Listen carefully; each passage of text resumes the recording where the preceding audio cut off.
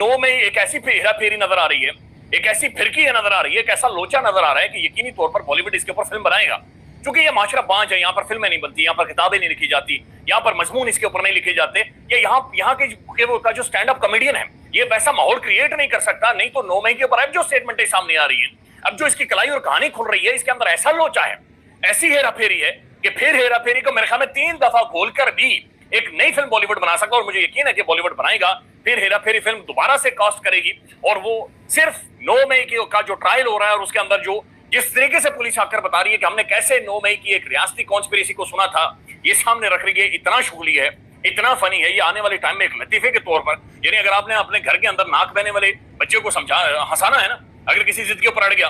तो उसे आपने ये 9 मई का लतीफा सुनाना है कि पुलिस वाला ये कह रहा था मैं कहां पर छुपा हुआ था। फिर अभी मैं सुन रहा था वो कहा जा रहा है कि जनाब एक गवाह ये कह रहा आकर कि जनाब उसने बड़ा खुफिया एविडेंस पकड़ा है। और वो एविडेंस क्या था कि कोर कमांडर हाउस के सामने उसने डंडे पकड़े, सोटे पकड़े, वहां पर सोटे मौजूद थे और वो पकड़े के 1 महीने बाद जाकर